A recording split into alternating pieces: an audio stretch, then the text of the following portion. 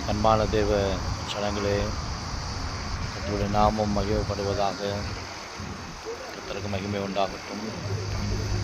தொடர்ந்து உங்கள் மத்தியில் தேவனுடைய வார்த்தை பகிர்ந்து கொள்ள விரும்புகிறேன். பல தடைகள், பல போராட்டங்கள் உண்டு. ஜெபித்துக் கொள்ளுங்கள். இந்த நாளில் கூட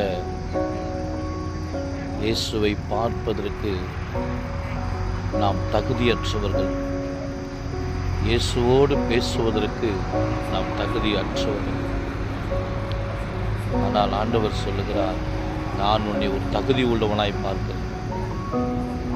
யாரெல்லாம் உன்னை வேண்டாம் என்று உதறி தள்ளினாலும், இந்த உலகம் உன்னை உதறி தள்ளலாம், ஆனால் நான் உன்னை ஒருபோதும் உதறவும் மாட்டேன், தள்ளவும் மாட்டேன், விட்டுவிடவும் மாட்டேன், மறந்திடவும் மாட்டேன், மறந்து விட்டுவிடவும் மாட்டேன்.